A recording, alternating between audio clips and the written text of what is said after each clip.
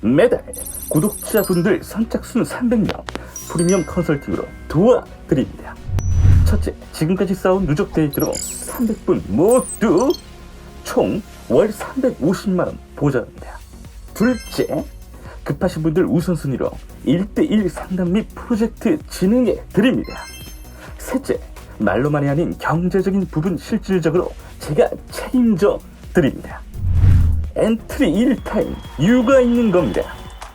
안녕하세요, 심슨입니다. 오늘은 구간을 볼만한 창조력에 대해서 알아보도록 하겠습니다. 구간을 일단 보기는 보는데 새로운 구간 창조가 되지 않아서 걱정이시라면 그 부분에 최적화되어 있는 브리콜라 주적 편집 방법을 알려드리겠습니다. 이건 에디톨로지 전략법으로서 편집을 잘해서 구간을 본다면 창조적인 느낌으로 접근해서 새로운 안 보였던 구간 생성이 될 것이라는 것을 바탕으로 좋은 방법 따라 구간 생성하실 수 있기를 바라는 마음으로 만들었으니 잘 참조하세요. 그럼 오늘도 영상 속 정보 모두 정성 가득 만들었으니 끝까지 꼭 봐주세요. 시작하기 전에 구독, 좋아요 잊지 마시길 바라면서 들어가 볼게요. 확실히 구간에 대한 승리점을 가지고 가려면 일단 창조력이 좋아야만 합니다. 하지만 아무리 구간을 뚜렷하게 쳐다본다고 해서 그 창조력이 나아지지는 않죠. 그래서 구간에 대한 창조성을 좀 더 키우려고 하신다면 일단 어떻게 해야 하는지 궁금하신 분들에게 신문 편집에서 스크랩북을 만들듯이 브리콜라 주적 편집을 하라라고 이야기 드리고 싶습니다. 에디터스럽게 전략을 펼친다고 해서 이 전략의 이름은 에디톨로지 전략법인데요. 말이 좀 어렵지 않은 방법은 아주 쉽고 간단합니다.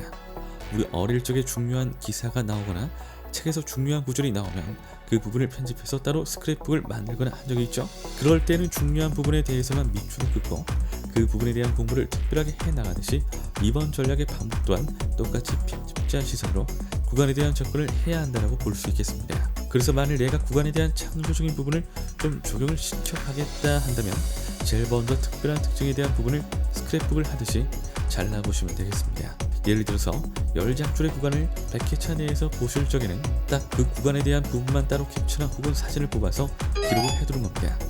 그래야지만 나중에 비슷한 구간들이 나올 때마다 아 맞다, 이전엔 이런 식으로 구성이 되어서 나왔었지 하면서 특징점을 잡아갈 수 있기 때문입니다.